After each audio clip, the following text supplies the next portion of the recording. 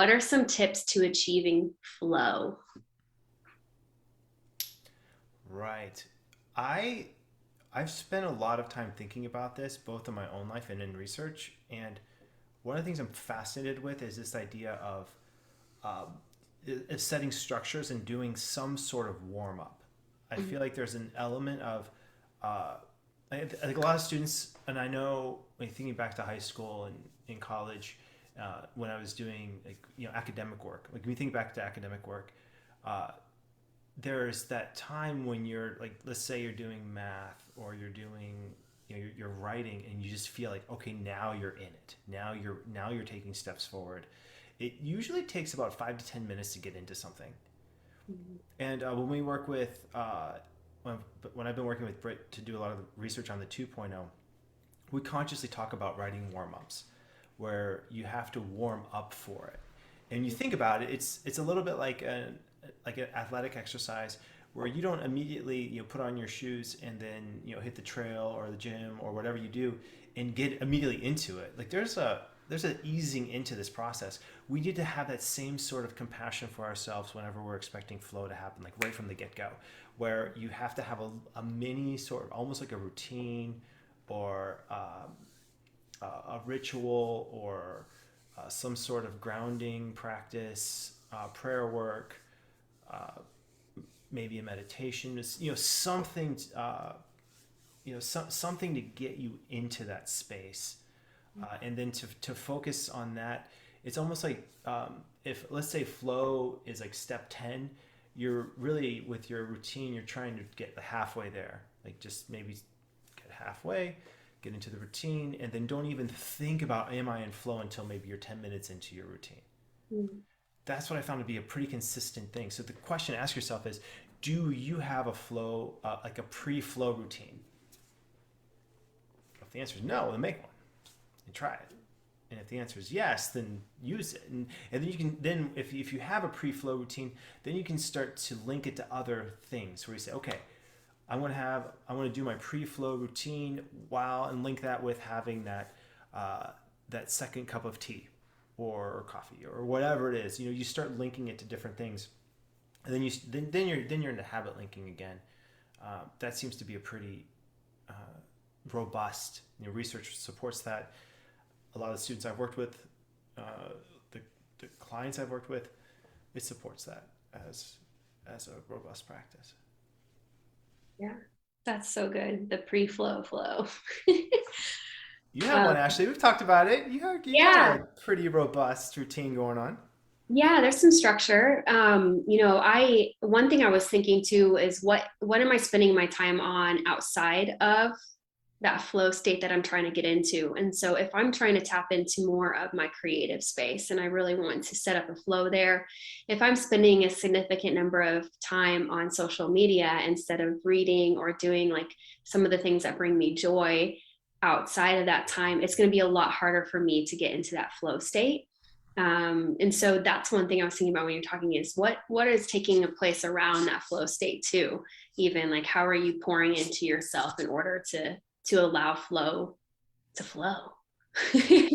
Right. Yeah, I think having boundaries around it, like having, thinking of it like a, something that you would do in an athletic competition, or something like, okay, this is my start. This is the pre-routine time. This is my workout, and this is my cool down. That's a really helpful structure to have.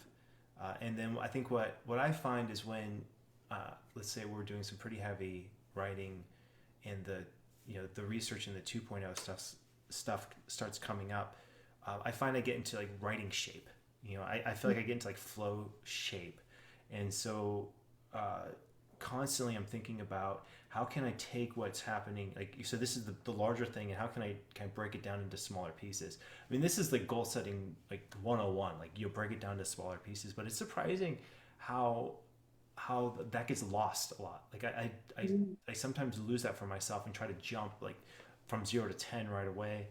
uh, and I have to really work at thinking, okay, so I'm going to write this first. I'm just going to handwrite. I'm just going to handwrite the ideas down, And then once I handwrite, then I'm going to highlight, and then I'm going to maybe do a dictation, and then maybe I'm going to then start typing, and then talk about it with someone else. Like, so there are so many other smaller steps in that process that I feel like if there's something that's really, like, if people are feeling stuck, they're like a lot of the time, I don't even know what percentage, but a lot of the time, maybe half, it's they're trying to go from 0 to 10, or there's too big of a step in there. You have to bring it way down, chunk it way down, and then the other idea is, if this is something that's really important to you, truly important to you, how willing are you to start again, or to back up and think, okay, so we were good until this point. Let me take it from this point again. It's asking yourself how worth it is this is the larger goal. And if it's not worth it, then you might need to shift your goal.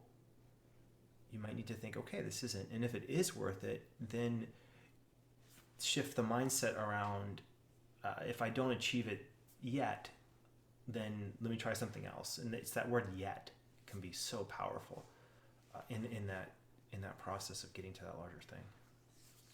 Yeah, I think that's really powerful, because I think a lot of times when we have a specific idea or a goal that we want to accomplish, and if we're not getting there, we keep hitting these roadblocks, then we just say, well, this is not for me, or I'm going to give up, or there's some kind of shame cycle. I'm not capable, I can't do this. And so I really like that idea of asking those questions if you feel like you come to that, because it is obtainable, but it might be a little bit of a shift like you're talking about. And I love that. I think a lot more people will accomplish that state of flow or get to the other side of it with that curiosity, more so than, oh man, here I am again, like at this block, and there's no way around it. I can't do this. So that's really cool, John. I have more, but let's go for the next one. Let's go for the next one. Yeah. Cool.